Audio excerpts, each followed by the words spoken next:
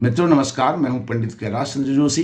यदि आप अपनी जन्म पत्रिका का विश्लेषण प्रिडिक्शन कराना चाहते हैं, कुंडली मिलान कराना चाहते हैं, एक्स्ट्रा मैरिटल अफेयर्स का समाधान चाहते हैं, भवन निर्माण, शिलान्यास, भूमि पूजन का मुहूर्त जानना चाहते हैं, विवाह, जनेऊ, यज्ञोपवीत, मुंडन आदि का मुहूर्त जानना चाहते हैं और हमारे द्वारा ज्योतिष सीखना चाहते हैं, तो वीडियो पर चल रहे नंबर पर आप संपर्क कर सकते हैं। सर्वे भवन्तु सुखिनः, सर्वे सन्तु निरामया, सर्वे भद्राणि पश्यन्तु मा कश्चित् दुःखभाग् भवेत्। मित्रों नमस्कार, मैं हूं पंडित कैलाश चंद्र जोशी और आप देख रहे हैं मेरा यूट्यूब चैनल संस्कृत विशेष। मित्रों आपका बहुत बहुत स्वागत है मेरे चैनल में। मित्रों आज मैं लेकर के आया हूं कन्या राशि के जातकों के लिए वार्षिक राशिफल वर्ष 2025 का। 1 जनवरी 2025 को ग्रहों का गोचर, ग्रह स्थिति आपके सामने है। मित्रों इस साल में 2025 में 3 मुख्य परिवर्तन होने वाले हैं।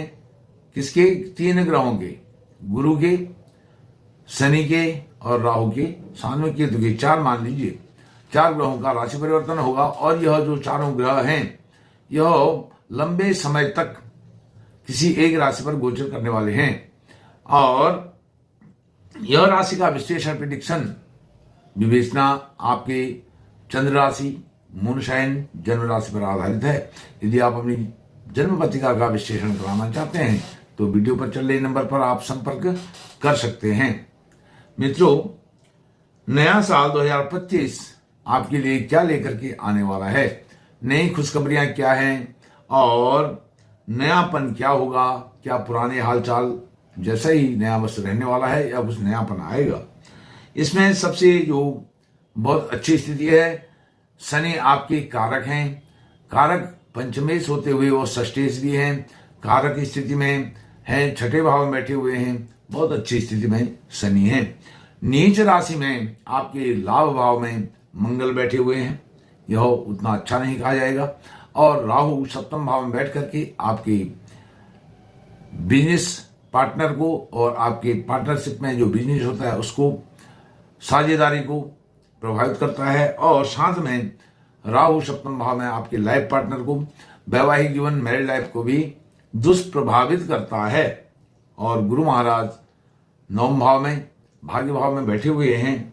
साथ में सूर्य चंद्रमा वर्ष के आरंभ में चतुर्थ भाव में बहुत अच्छी स्थिति में हैं, सुख भाव में हैं, बहुत अच्छी स्थिति कही जाएगी। तो सबसे जो अधिक दुष्परिणाम देने वाला कोई ग्रह है, इसमें राहु और केतु 2 ग्रह हैं, लेकिन केतु आपके लिए यहाँ पर लाभदायक सिद्ध हुए हैं। इससे अतीत में भी आने वाले 18 मई तक, 18 मई को राहु का, केतु का, दोनों का राशि परिवर्तन होगा, जहां राहु आपके छठे भाव में आकर के अच्छे होंगे, लाभ देने वाले होंगे, वहीं केतु द्वादश में जाएंगे और यह जरा कुछ अशांति कारक वैसे आपके लिए हो सकते हैं, लेकिन यह मोक्ष के कारक हैं। आपके जो कार्य बनते बनते बिगड़ जाते हैं उन कार्यों को कराने के लिए अच्छी स्थिति है। लेकिन यहां पर गुरु की पंचम दृष्टि से जो आपके स्वास्थ्य को बचाया है, गुरु की पंचम दृष्टि ने बचाया है केतु पर पंचम दृष्टि से, क्योंकि यदि केतु पर गुरु की दृष्टि नहीं होती तो आपके साथ कोई भी अनहोनी हो सकती थी। लेकिन आगे भी 18 मई तक केतु की स्थिति यहां पर ठीक है। 14 मई तक गुरु केतु पर दृष्टि देंगे और जैसे ही गुरु मिथुन राशि में जाएंगे तो यहां से गुरु अतिचारी हो जाएंगे अर्थात अपनी गति से अधिक गति उनकी हो जाएगी।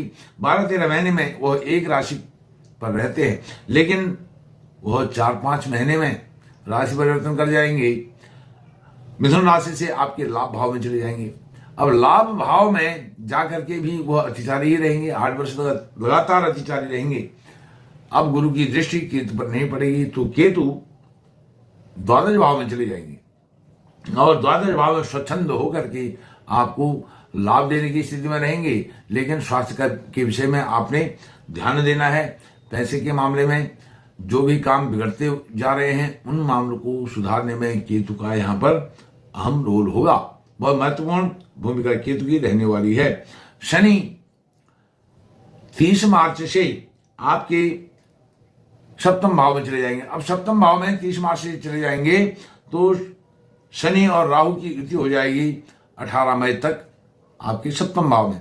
18 मई के बाद राहु आ जाएंगे शनि के घर में, मित्र के घर में। यह भी आपके लिए बहुत अच्छी स्थिति होगी। अभी स्थिति उतनी अच्छी नहीं है, लेकिन जब यह कम से कम 48 दिन 50 दिन राहु और शनि एक साथ रहेंगे 29 मार्च के बाद 18 मई तक, तो तब आपका जहां पार्टनरशिप में बिजनेस यदि आप करते हैं, पार्टनरशिप वाला बिजनेस बहुत अच्छा चलेगा, लेकिन वैवाहिक जीवन में यह असंतुलन कुछ बनाकर देंगे। इस बीच में आपने 48-50 दिन सावधानी से अपने निकालने हैं।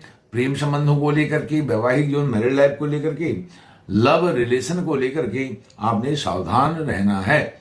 और फिर 18 मई के बाद शनि भी आपके लिए बहुत अच्छी स्थिति में हो जाएंगे, कारक होकर के। हालांकि वो शत्रु के घर में जाएंगे, लेकिन आपके कारक हैं, सप्तम भाव से संबंधित बहुत अच्छे परिणाम आपको देने वाले हैं। वहीं राहु छठे भाव में आ जाएंगे। छठे भाव के राहु बहुत अच्छे होते हैं।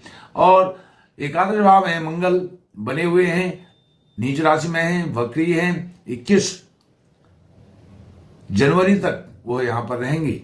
फिर उसके बाद वक्री होते हुए वो दशम भाव में आ जाएंगे, अपने दिग्वली भाव में आ जाएंगे। यहाँ पर वह आपको अच्छा परिणाम, आपकी ऊर्जा को बना करके रखें, आपके पुरुषार्थ को, आपके मोटिवेशन को वह बना करके यहाँ पर रखने वाले हैं। और वहां से वह अपने आपके सुख भाव को भी देखेंगे, जहां आपका सुख ऐश्वर्य वैभव यहाँ पर आपको बहुत अच्छा देने वाले हैं 21 जनवरी के बाद। कौन? मंगल दिग्वली भाव में स्थित होकर के।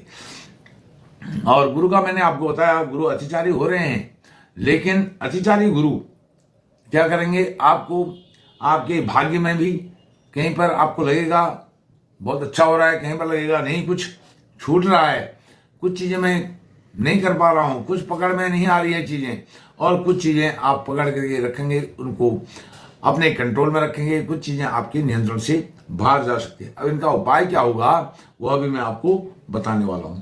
सबसे पहले तो जो नीच के मंगल हुए हैं, अब आपको न तो 7.5 का कोई डर है, न ढैया का डर है, और शनि आपके कारक हैं। कारक होकर के पंचमे षष्टेश होकर के वह सप्तम भाव में जल्दी ही 3 महीने बाद जाने वाले हैं, अर्थात जनवरी, फरवरी, मार्च 29 तारीख को वह आपके सप्तम भाव में चले जाएंगे। यदि आपके विवाह से संबंधित कोई अड़चने आई हैं, विलंब आए हैं, व्यवधान आए हैं, रुकावटें आई हैं, तो वह रुकावटें दूर होंगी। हालांकि यह विवाह संबंध आपके उनमें भी समय लगेगा, लेकिन विवाह संबंध स्थापित हो जाएंगे जब तक शनि का गोचर यहाँ पर रहेगा। और विशेष करके 2025 में आपका विवाह यहाँ पर हो जाएगा, यदि आप अनमैरिड हैं, अविवाहित हैं और विवाह के इच्छुक हैं तो। और जो विवाहित हैं उनको जरा संभल करके यहाँ पर रहना पड़ेगा। पति पत्नी में आपस में तालमेल बिठा करके रहना पड़ेगा। और संतान सुख भी आपको इस वर्ष से मिलने वाला है। जो नव दंपत्ति हैं, संतान की इच्छा रखते हैं, उनको संतान सुख मिलेगा। जो संतान के लिए बहुत समय से इंतजार कर रहे हैं, उनको भी संतान सुख यहाँ पर मिलने वाला है। क्योंकि शनि पंचम भाव से होकर के, छठे भाव से होकर के अब सप्तम भाव में जा रहे हैं, तो पंचमेश होकर के छठे भाव में सप्तम भाव में जाना योग कारक की स्थिति है, बहुत अच्छी स्थिति है, कोई इसमें व्यवधान की बात नहीं है। गुरु महाराज अभी 14 मई तक बहुत अच्छी स्थिति में है, क्योंकि आपके सुखेश होकर के वह भाग्य भाव में हैं।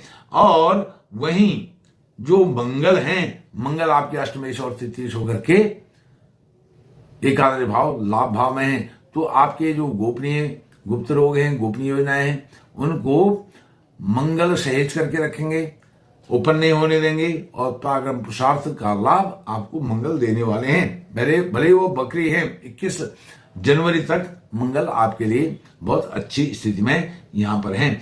और जो लाभेश हैं वह 1 जनवरी को आपके शुक्र भाव में हैं, चंद्रमा, तो यह अच्छी स्थिति आपके लिए कही जाएगी। अब केतु ने जो आपको कष्ट देना था वह कष्ट हुआ नहीं, थोड़ा बहुत कष्ट हुआ, लेकिन गुरु की कृपा दृष्टि से, क्योंकि गुरु की दृष्टि जहां पड़ती है वहां अमृत वर्षा होती है, तो गुरु ने आपके कष्टों को समाप्त किया है भाग्य भाव में रह करके। हालांकि वह गुरु शत्रु राशि में है, लेकिन केतु पर दृष्टि से आपके व्यक्तित्व में निखार, कृतित्व में निखार, आपके जीवन में एक पैनापन, एक धारदार आपने कमान संभाली है। जब से गुरु आपके 9वें भाव में आए हुए हैं, केतु पर दृष्टि पड़ी है, तब से अब आपने कुछ सावधानियां बरतनी हैं। मंगल नीच के हैं तो हनुमान चालीसा का पाठ करिए। इससे आपके जो कारक हैं पंचमे षष्ठी शनि हैं, वह भी आपको अच्छा शुभ परिणाम, शुभ फल देने लगेंगे। और साथ में आप सूर्य नारायण भगवान को अर्घ्य दें, आदित्य हृदय स्तोत्र का पाठ करें, और गुरु महाराज अतिचार्य होने जा रहे हैं। इसके लिए क्योंकि वह आपके सुखेश हैं, अतिचार्य हो रहे हैं, तो विष्णु सहस्त्रनाम का पाठ करें या पाठ का श्रवण करें, स्वयं करें तो अच्छा है। ओम नमो भगवते वासुदेवाय मंत्र का जप कर लें तो यह भी बहुत अच्छा होगा। मित्रों, यह 2025 का लेखा जोखा था। 2025 नया साल आपके लिए क्या लेकर के आने वाला है, यह मैंने आपसे चर्चा करी। यदि आपको यह चर्चा अच्छी लगी, विश्लेषण अच्छा लगा, तो वीडियो को लाइक कीजिए, शेयर कीजिए और चैनल को सब्सक्राइब करके मुझे सही प्रदान कीजिए। बहुत बहुत धन्यवाद।